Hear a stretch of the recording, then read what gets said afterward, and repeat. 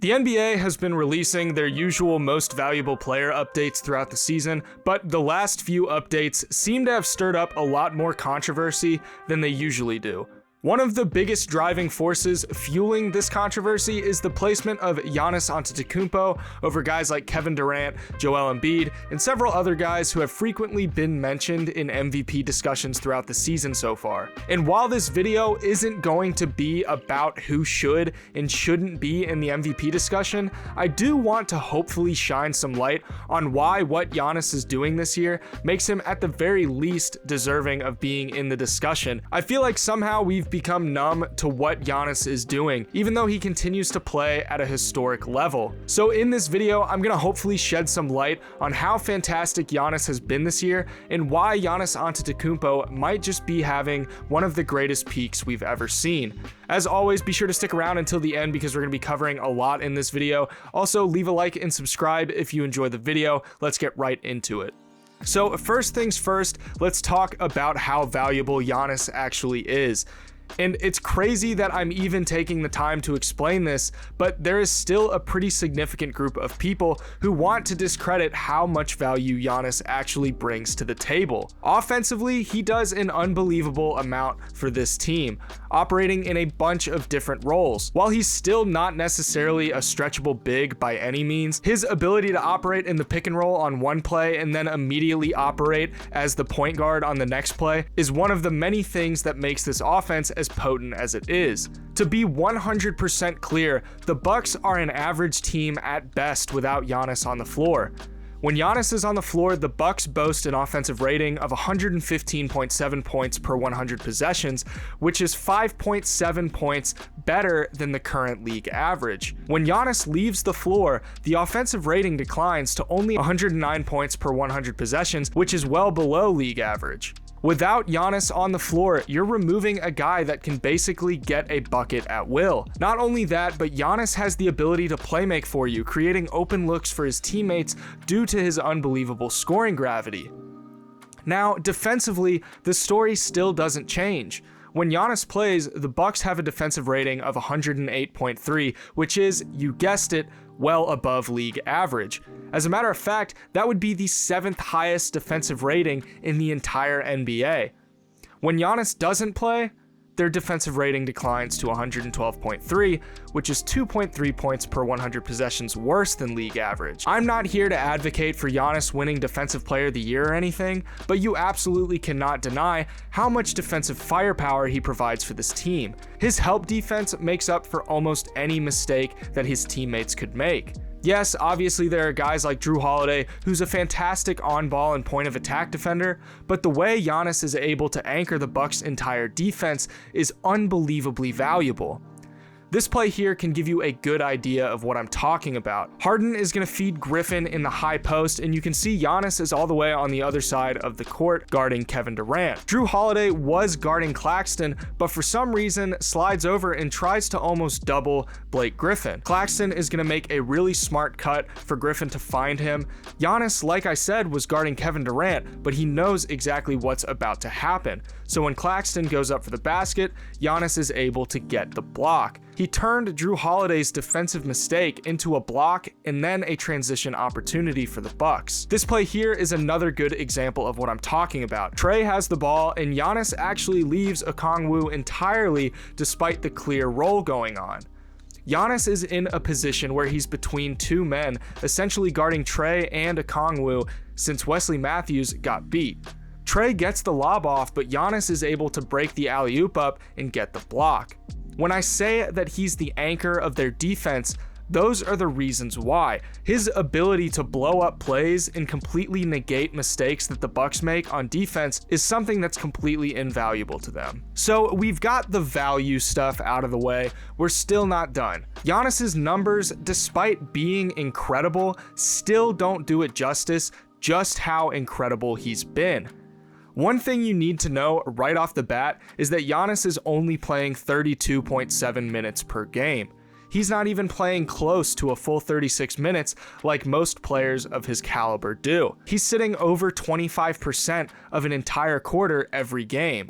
This is likely a coaching decision by Mike Budenholzer, but it is something to consider when looking at Giannis's stats because they might be a little bit deceiving. Right now, Giannis is 4th in points per game at 28.7 points, and that's only in 32.7 minutes per game. The rest of the top 3 in scoring right now are all playing more minutes than Giannis. So for fun, let's extrapolate Giannis's numbers to per 75 possession numbers. If you're wondering why I'm using per 75 possession stats instead of per 36 minute stats, I just personally find per 75 possession stats to be a bit more representative of what a player is realistically going to do on the floor in a realistic allotment of minutes. Giannis is scoring 30.6 points per 75 possessions this year. Both Kevin Durant and LeBron James, who are 1 and 2 in the scoring race right now, are both playing over 36 minutes per game, and they're not even scoring 30 points per game. Now, this isn't me implying that Giannis is somehow a better scorer than either of those two, because obviously they're both very well-rounded scorers when compared to Giannis, but given that the MVP race is largely based on your stats coupled with team record, it's shocking to me that people are so hesitant to put Giannis into that discussion. Scoring is whatever. Bradley Beal was 2nd in scoring last year and he didn't deserve to be in MVP discussions, so who cares how much Giannis is scoring? Which is why we should also look at his unbelievable playmaking ability. On the year, Giannis sits at 6 assists per game. He is the only power forward / center that's averaging 6 or more assists per game outside of Draymond, Jokic, and LeBron, depending on what position you consider LeBron James at this point because it's anyone's guess. But you heard me mention Giannis's scoring gravity earlier, so I want to show you what exactly I'm talking about. You're going to see how Giannis's scoring ability is allowing him to get all of these assists and how it's allowing his teammates to get a ton of open looks. It's one of the reasons why the Bucks are currently the 6th best three-point shooting team in the entire league. Look at this play here. Giannis brings the ball up the floor, and Miami's defense is going to get set as Giannis initiates the post-up. Now, look at what's going on here. Hero has sagged off Connaughton almost completely. Basically, all of Miami's defense is in the paint expecting Giannis to attack the basket, so they want to be ready to provide help. Once Giannis picks up his dribble, Hero immediately tries to provide the double team, but Giannis passes out to Connaughton for the wide open 3.